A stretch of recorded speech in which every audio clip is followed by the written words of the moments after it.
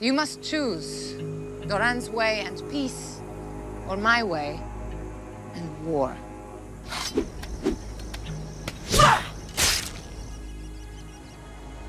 I made my choice long ago.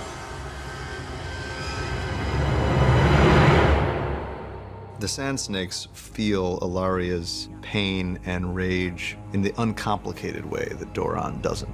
The Sand Snakes aren't responsible for the nation, they're not responsible for Dorne, and they have no compunctions about fighting back against the people who murdered their father. It's a much more personal motivation. Of the Sand Snakes, only Tyene, the youngest one, is Ilaria's daughter, and the other two are from different mothers, Nym and Obera. And they're three very different young women, and Tyene is very, very close to her mother, Ilaria. Obara and Nym are not so close to her. I mean, they don't have any real connection to her, except that they all loved Oberyn, and they all want to avenge Oberyn.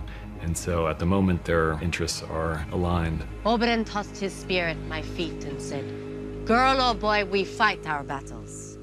But the gods let us choose our weapons." They were all taught by Oberyn, schooled both in the ways of war and fighting and just their entire worldview. And I think she knows that they are the kinds of allies that she would want going forward in the fight to repay the Lannisters for what they did to Oberyn much more than Doran is ever going to be.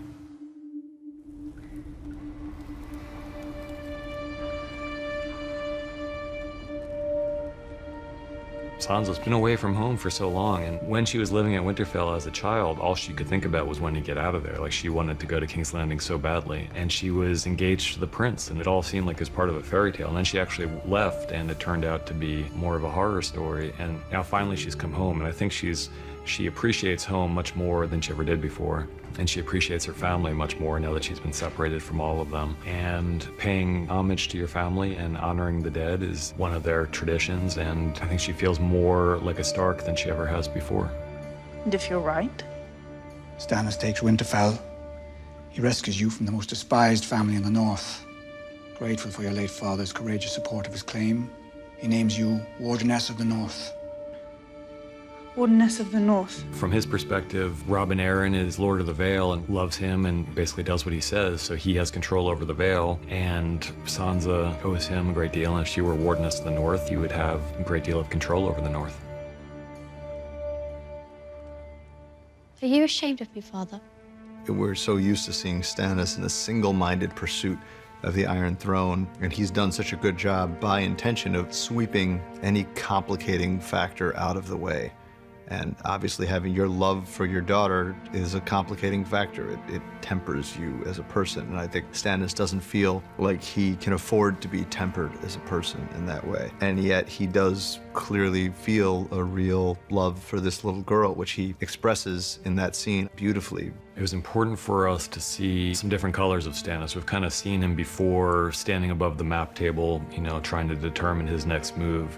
But there's more to him than that, and this scene was a crucial one for us because we really wanted to see more of what makes Stannis tick and what makes Shireen tick, and we wanted to give him a scene where it wasn't just about him trying to conquer the Seven Kingdoms, but it's really just a father and a daughter talking. Everyone advised me to send you to the ruins of Valyria to live out your short life with the Stone Men before the sickness spread through the castle. I told them all to go to hell. You are the Princess Shireen of House Baratheon, and you are my daughter. I think it says a lot about Stannis that even though you don't really think of him as a family man, and he's certainly not the most affectionate of fathers, he does have a great deal of pride in his daughter, and he didn't quit on her when a lot of other fathers would have.